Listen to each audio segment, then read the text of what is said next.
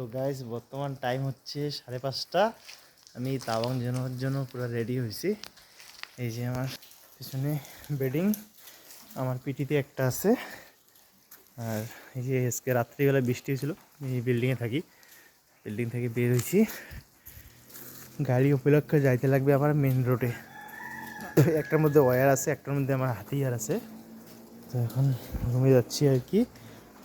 আর সকালবেলা এই যে দেখতে পাচ্ছেন 5:30টাতে কীরকম ঝকঝকা হয়ে যায় এখানে।